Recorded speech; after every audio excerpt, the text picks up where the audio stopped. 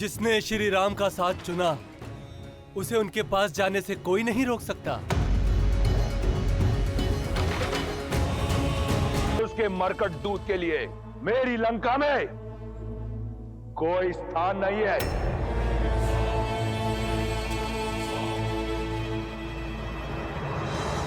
बहुत धैर्य से काम लेना अंगद। आवेश में लिया हुआ निर्णय अनुचित सिद्ध होता है।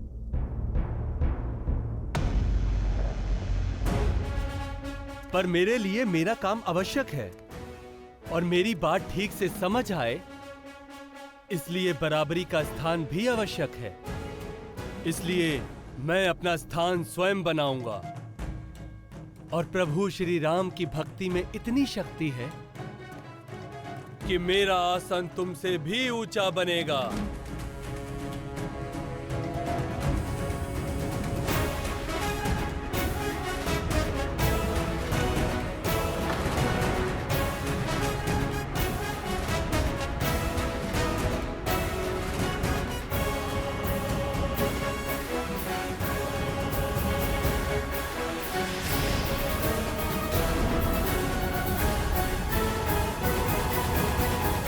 जय श्री राम।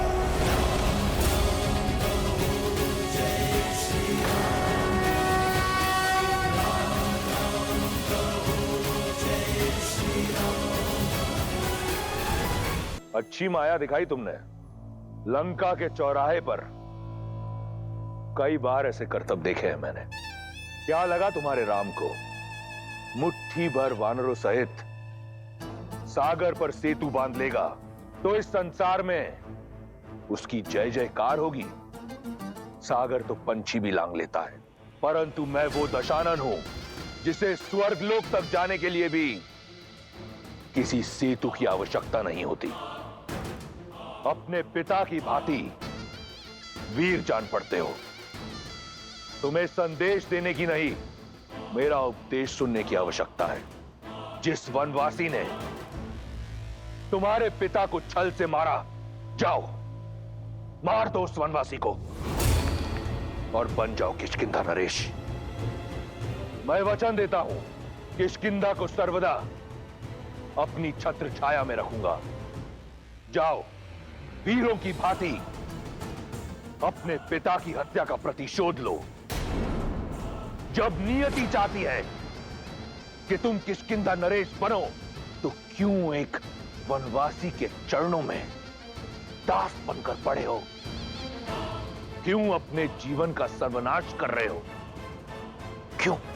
जिन पिता की तुम बात कर रहे हो ना, उन्होंने भी अपने अंतिम समय में श्री राम की शरण ली थी और उन्हीं का अंतिम उपदेश था कि मैं हमेशा श्री राम की सेवा में रहूं।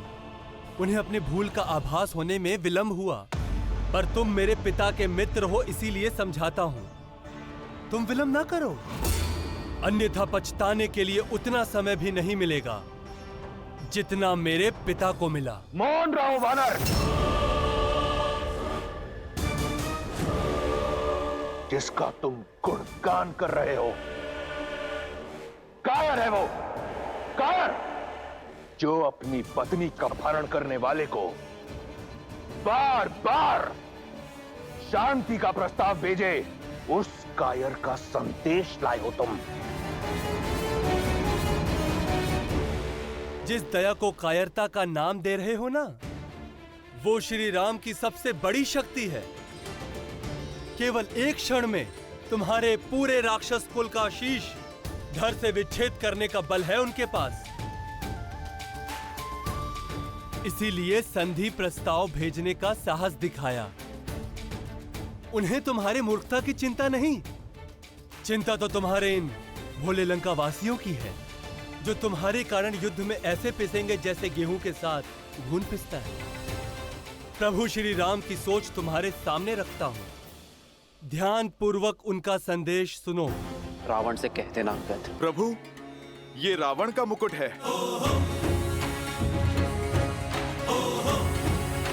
रावण का मुकुट? ये यहाँ कैसे आया? महाराज सुग्रीव, ये आया नहीं, भेजा गया है मेरे शिष्य अंगद के द्वारा।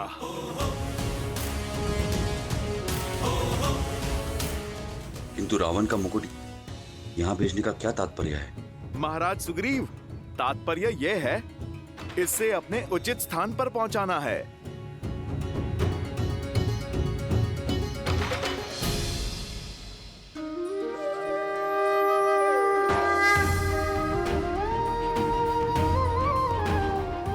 प्रभु, मैंने अंगद से कहा था, कुछ ऊंच नीच हो तो स्मरण रखना कि वो शिष्य किसका है। प्रभु, ये मुकुट अब आपके चरणों में आया है।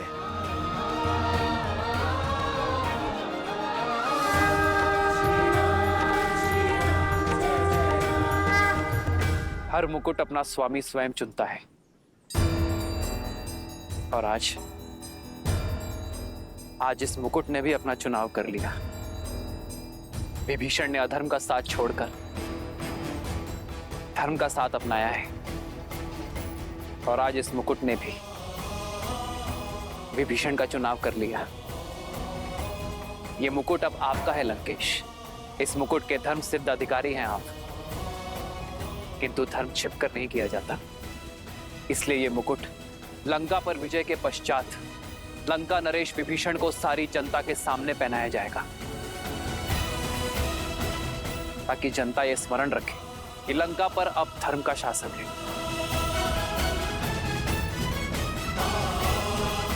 जय श्री राम। जय श्री राम। जय श्री राम। मार डालो इस वानर को। जीवित नहीं बचना चाहिए ये उद्दंडी वानर।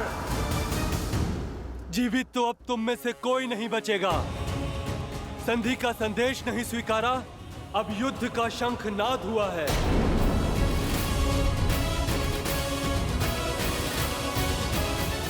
कल भोर का उगता सूर्य राक्षस साम्राज्य के अस्त का, दशानन के अंत का संदेश लाएगा।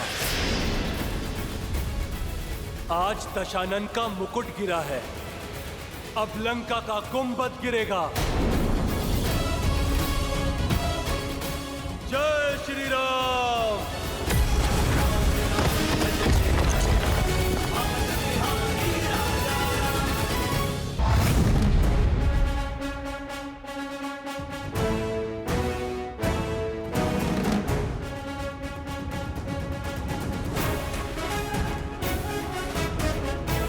युवराज अंगद की। युवराज अंगद की। युवराज अंगद की। युवराज अंगद की। मैं आपका संदेश पहुंचाया प्रभु।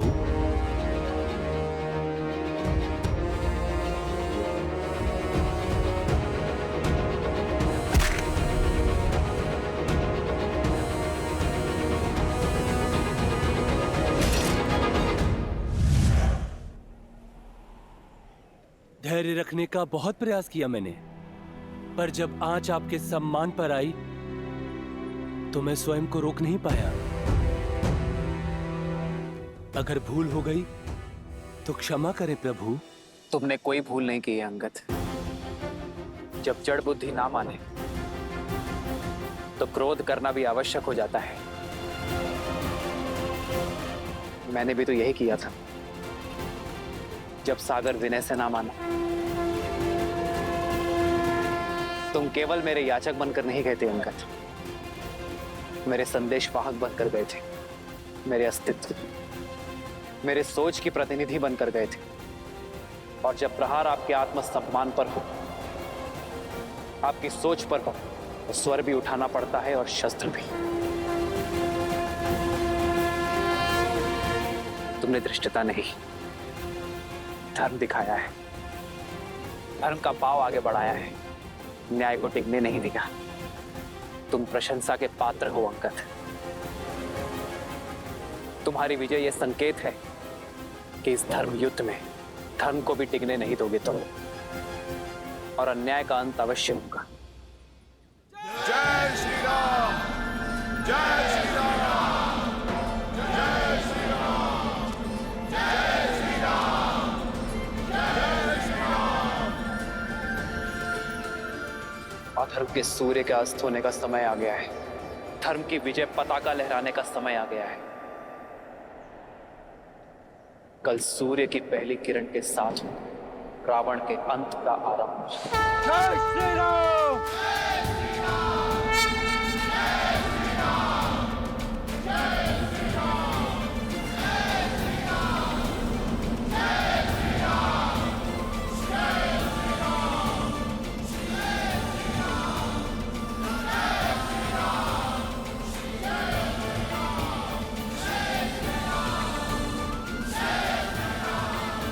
श्री राम, इतनी प्रबल ध्वनि कैसी? ये श्री राम की जय जयकार ही नहीं, अधर्म पर धर्म की ललकार है। ये जय जयकार संकेत है त्रिजटा। ये कल भोर धर्म के पग लंका की धरा को थाम बनाएंगे। मेरे श्री राम के हाथों से अधर्म की लंका और लंकेश के अंत का आरंभ होगा।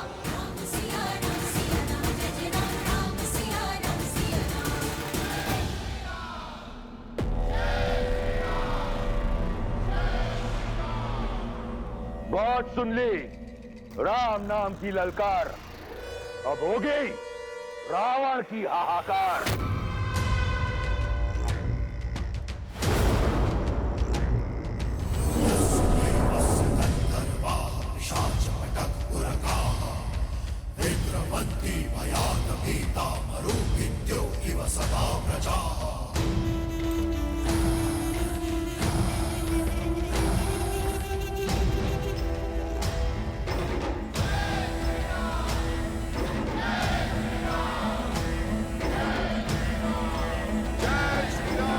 जय श्री राम, जय श्री राम, जय श्री राम।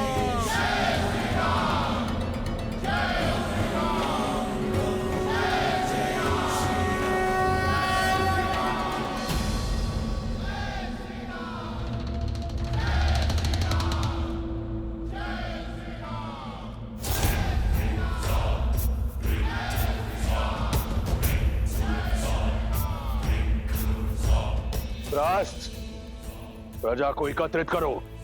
जी महाराज।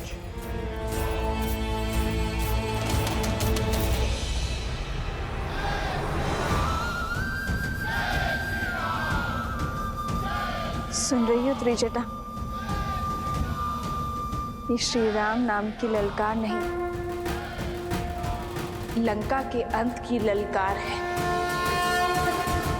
जब उनकी ललकार ही रावण और उसकी सेना में इतना भय उत्पन्न कर रही है, तो जब उनसे साक्षात्कार होगा तो क्या दशा होगी लंका की।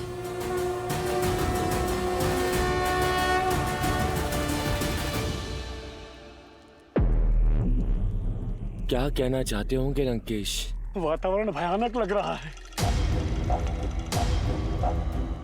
शत्रु द्वार के बाहर खड़ा है और लंकेश की ये सभा।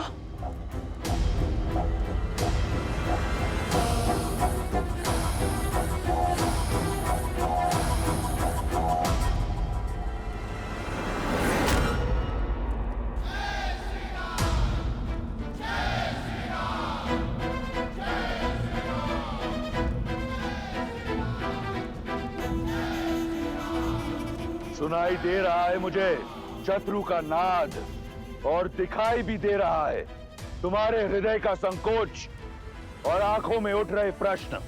समझ सकता हूं मैं कल का भय लंका के आज को खाए जा रही है।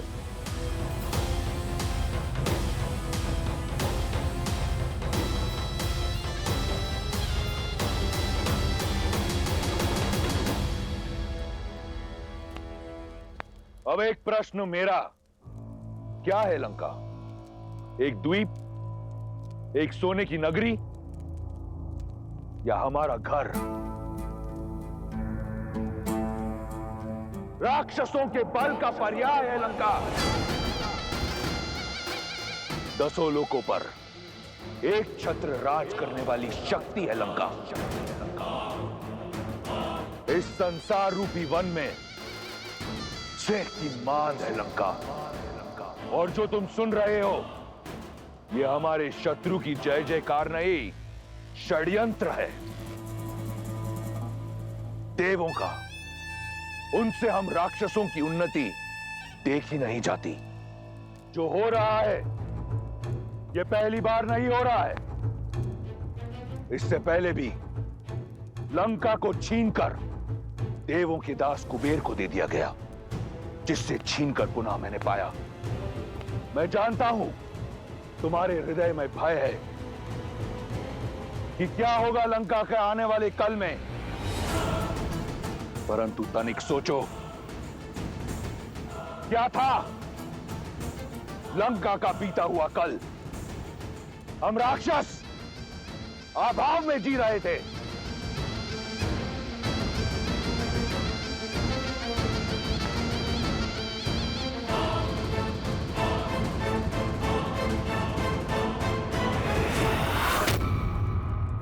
कैसे बने हम सर्वश्रेष्ठ? भाग्य से, संजोग से नहीं, प्रयास से, प्रहार से लंका लंका बनी, क्योंकि मैंने कभी आने वाले कल के बारे में नहीं सोचा। मैंने वर्तमान को सर्वश्रेष्ठ बनाया अपने संघर्ष से, अपने रक्त से। और आज एक बार फिर एक संघर्ष हमारे समक्ष है। गीदड़ों के कोलाहल से सिंह अपने मान में छिपा नहीं करते और ना ही वन छोड़कर जाया करते हैं। वो गीदड़ों को तुरंत अंत देते हैं, और वही होगा उस वनवासी और उसकी मरकटों की भीड़ के साथ। ये संसार मुझे अभिमानी समझता है। हां, हूं मैं अभिमानी। अभिमान है मुझे मेरी लंका पर, मेरे लंका वासियों पर, कि मेरी लंका में हर राक्षस के पास सर पर छत है, थाली में भोजन है, पहनने को वस्त्र है। अभिमान है मुझे कि मेरी लंका में कोई दारिद्रता नहीं। अभिमान है कि छल से अग्निकांड करने के बाद जब उस वनवासी ने सोचा कि रावण और उसकी लंका घुटने टेक देगी, तो मेरे लंका वासियों ने रातों रात लंका दोबारा खड़ी कर दी। इसका अभिमान है मुझे। और अब सज हो जाओ अपने वीरों का प्रतिशोध लेने के लिए, अपनी प्रजा की रक्षा करने के लिए। इसलिए मेरे लंका वासियों, भाई को अपने हृदय से निकाल दो। जिसे तुम आपदा समझ रहे हो वो अवसर है। इस संपूर्ण संसार को हम राक्षसों के बल से एक बार फिर अवगत कराने का अवसर। उन देवताओं को मुंह तोड़ जवाब देने का अवसर। बहुत समय बीत गया, ये संसार रावण और उसके बल को भूल गया है। हम उन्हें स्मरण कराएंगे कि कौन है लंका और कौन है रावण।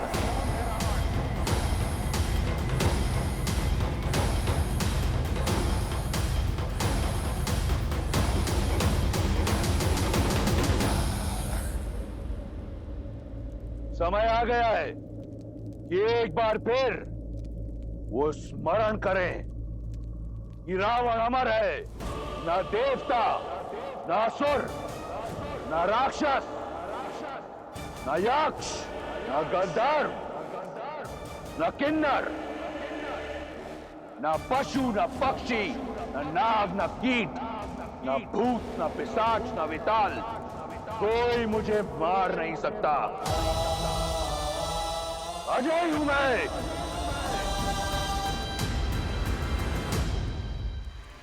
लंका से तुम नहीं, तुमसे लंका है। तुम्हारा लंकेश है। समय आ गया है, अपनी शक्तियों को पहचानो। हम राक्षस महादेव के भक्त हैं। ना चिंता, ना भय, बोलो महादेव की जय। समय आने आए अपनी इस नगरी को शत्रु के रक्त से लाल रंग डालो। महादेव का नाम लेकर मृत्यु का महातांडव रचे। उन्हें लगता है कि लंका एक द्वीप है, परंतु हमारी लंका एक हथियार है। हथियार से प्रहार किया जाता है, हथियार पर वार नहीं किया जाता। दिखा देंगे उन्हें कि कौन है सबसे बड़ा।